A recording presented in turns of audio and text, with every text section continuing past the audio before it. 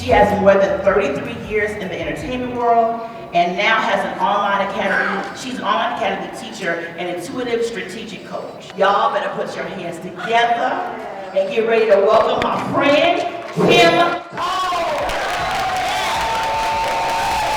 What type of misconceptions or things you feel that people think about women in their 50s that are not true? If we're still limber. 57, but you have such a youthful spirit. So I could see that that could possibly cause some problems in casting for you in TV. Because when you're 57, you're supposed to just be a has-been and somebody's mom or somebody's whatever. But baby, I mean, I don't know if you're somebody's mom or not in a stereotypical way. 57 is not our grandmother's 57. Absolutely not. 47 is not your grandmother's 47.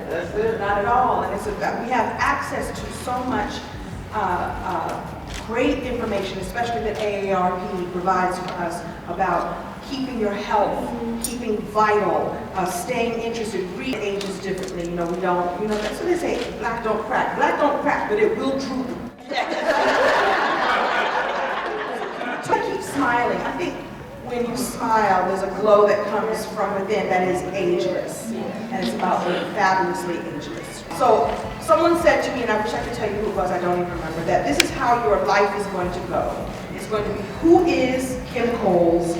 Introducing Kim Coles. Get me Kim Coles. Get me a cheaper Kim Coles. Get me a younger Kim Coles. Get me a Kim Coles type, and in the end it will be, who is Kim Coles? Cycles, right? Stages. And it's that moment when you get introduced, and whoever it is, and whatever it is you do, you're getting attention, and people love it. You're introduced, and then people say, "Yes, I'm going to buy your thing. I want to have your thing." And then they go, "I like your thing, but I want something like it that's a little bit cheaper." And eventually, it's like, "Who's the new kid?" I remember we have books for the people who have their AARP card. Look at you get it. Yes. Look at it. You got your card. The first people to get the books will be the ones who have their AARP card. Oh, good. My journey is the same as yours. Everyone in this room has had a moment where you doubted yourself, you doubted your gifts, you doubted your purpose on this earth, or you're not, maybe you're not even still sure about it. It's that thing that you would do. It's the thing that you do and that lights up your soul. And so I made it into an acronym, GIFTS: gratitude, intention, forgiveness, triumphs, and self-love. And those are all it used to be the American Advancement of Retired Persons, am I right? Yeah. It is now the American Association of Real Possibilities.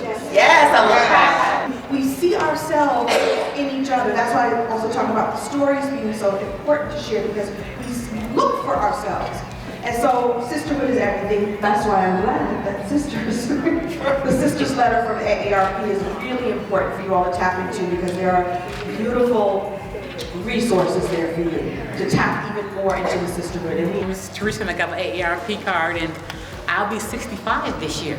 I got a challenge, because when I started doing my resume and got all done all professional thing, they look at, well, she done had 35 years with this company, and she did this, that, and other. They done figured out my age, and then it's like, so how am I? It's like, but I keep fighting. Like, I'm not giving up. So what's the resolution? Right.